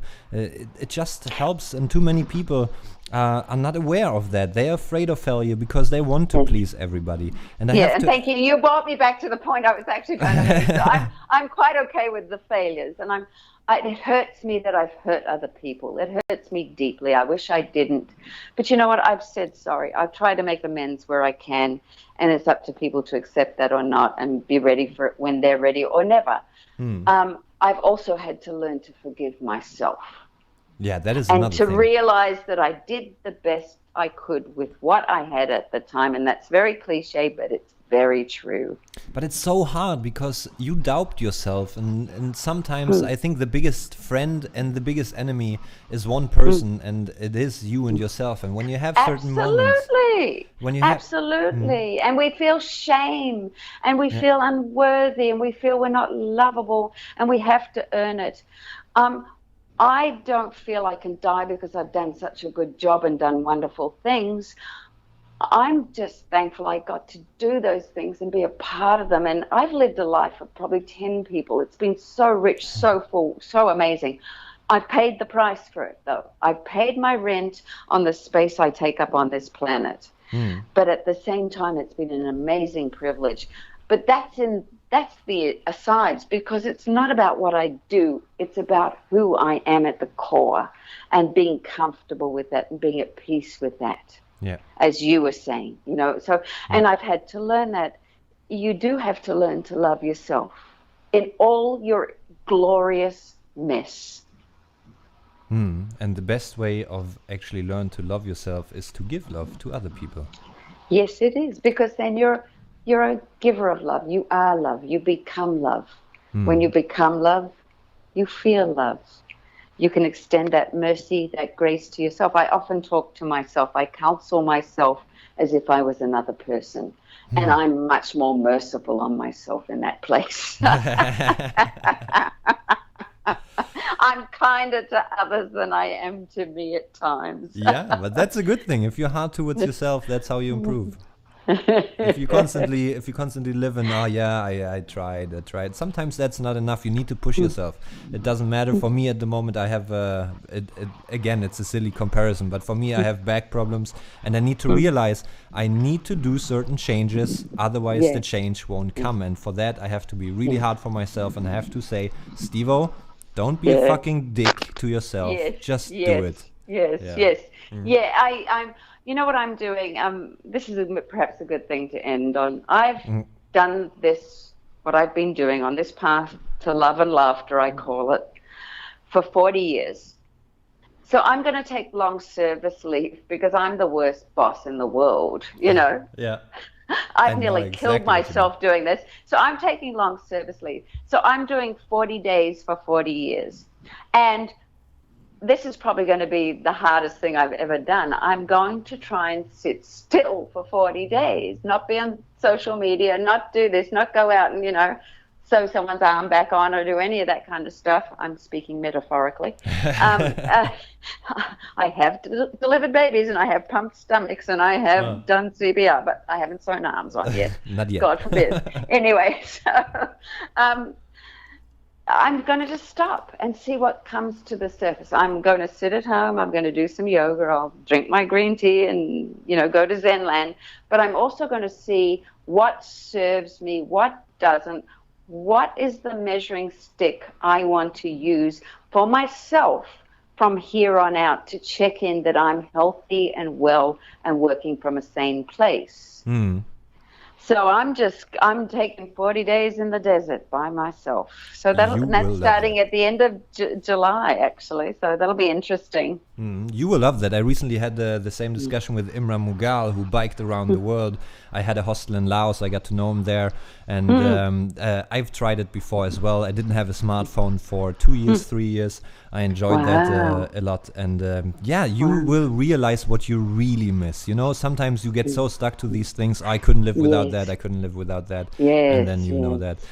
Susanne, as you said, to bring this slowly to an end, first of all, again, it was a great pleasure to talk to you. I have goosebumps all over my place of just sitting here and listening to you. You're so lovely. You really are. Thank you. I've really enjoyed it. It's been really easy to talk with you. Hopefully not the last time. Maybe we'll get you on again, or maybe you should even start your own podcast. I always say this to people. No. I'm done. You see, I try to trick you into interviews. I'll come and do a face-to-face with you, and you can see my arms flying all over the place.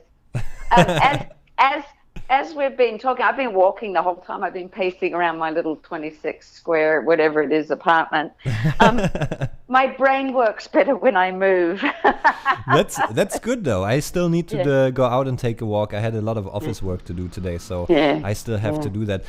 But before I bring this to an end here, I would really like to not really recommend you a book, but a book that really fulfilled my hunger of knowledge and of seeing different perspectives. I don't know if you're aware of the book. I've been mentioning it a couple of times on the podcast. The End is My Beginning by Tiziano Terzani. He is an Italian journalist who wrote for a German paper, and he got cancer after a while, and he tried different treatments in the West and in Asia. And then his first book is actually when he was sitting down with his son, one more round on the carousel, on the roller coaster. And he told his whole life story to his son, and the son took it to a book. And I would like to hear your thoughts on that for sure. Okay, thank you. I will look into that. Susanne, thank you. Is there everything else that we can do except for go to Amazon and buy your books to support you? Do you have social media, or do you just I'm on Facebook, Be prepared if you go on Facebook and find me to be bombarded with, my pontificating and positive messages and once in a while grumpy ones about the state of the world. But generally it's, it's all health, wholeness and holiness. So if you're not into it, don't try and find me. But yeah, there's a few surprises there. I'm on Facebook, Susan Dustin, like Dustin Hoffman. Like Dustin Hoffman. Actually quite a good actor. Yes, I agree. I put all your information and, of course, all your Amazon links in the description below. Once again, your books can be found there. Ladyboys, The Secret World of Thailand's Third Gender, and, of course, Angel Bang Kwang, The Angel of Bang Kwang Prison. Suzanne, Aldous, ladies and gentlemen, thank you so much for making the time. We hit the 2-hour mark here, and I could go for 2 more hours, but I also need to go to the toilet. Okay, and I need to eat. I need to fuel. Well, okay. Enjoy your meal, Lots of love Suzanne. and laughter. Take care, and let's chat again. Yes, I hope so, indeed. And enjoy your meal. I will. Thank you. Thank you. Bye-bye. Bye-bye. Bye. Boom. There we go. What a woman, ladies and gentlemen. Suzanne Aldous, inspirational person of what she has accomplished in her life and in her mind. Again, the Angel of Bang Kwang Prison has done a lot of good and is definitely worth on reading up. My list of books I have to read is getting longer and longer, not only by Suzanne, but also by Jim Algie, the person who connected me with Suzanne, who I hopefully will be having back on the podcast very soon to talk a little bit more music, because as we learned in our past episode with Jim, he is a punk rocker from back in the days, now a writer and just in general a cool person. Why do I mention that? Because I want to put a little bit more pressure on him so he actually can sit down with me again and have a great conversation. But for now, I have to ask you, ladies and gentlemen, if you liked what you just heard, please make sure to go on Amazon and take a look at Suzanne's book. You can purchase them very cheaply, by the way. I just saw that here while I scroll down on Amazon. Ladyboys Inside the Secret World of Thailand's Third Sex came out in 2011, and you can get the Kindle edition for only $3.82, and we're talking US dollars. If you want to have the paperback, that's 14 USD, and of course the Angel of Bang Kwang Prison. And even if we didn't get too much into that story, there is loads of articles about her to read on Google. Google knows everything, as we have learned, and you can purchase the paperback there for less than $1. That's not much. So go yourself and get yourself a good book. And with that being said, ladies and gentlemen, thank you so much for tuning in. Do please subscribe to our podcast, Surrounded by Details. Sorry, actually my throat made it through all the way without coughing until the end. Yeah, please do subscribe on our social media. You can find me on Facebook, Steve Bonhage Photography /Surrounded by Details Podcast, or on Instagram, steve.bonhage. Steve, as always, without a E. When I had the test call with Suzanne before the actual show, she asked me how to pronounce my name, and I said it to her as I said it on the podcast many times before. It is because my parents forgot the E at the end of Steve. So a lot of people think it's pronounced Steph. However, you can also find us on YouTube where we have our podcasts live streamed every time, where you can interact in the chat, Surrounded by Details Podcast. And if you can't make it to the live podcast, please make sure to tune in on iTunes, Podbean, SoundCloud, or Stitcher, where you can download all our audio episodes for free. Audio only, but it is for free, so shut the fuck up. And at the moment, by the way, we're only recording audio anyway, so it doesn't make a difference. So yeah, and if you're not a social media person or YouTube person or iTunes person, you can also go on my website, www.stevebonhage.com, where you can find all of my photography work and podcasts and many, many more things. And talking about more things, there is more things about to come. On Saturday, I will have a chat to my buddy Vinny Reyes, who was on the podcast a while back, one of my first guests actually, almost 100 episodes back. Isn't that crazy? I think it is a little bit crazy. Last time we talked to him, he was in the Philippines to meet his proper parents, because he is Filipino, but he got adopted. He lives in Belgium. So that was an interesting story, and always a great guy to talk to. He's my brother from another mother. Looking forward to chat with Vinny. Maybe there's another podcast coming up in between, but I don't want to say anything that is not 100% confirmed.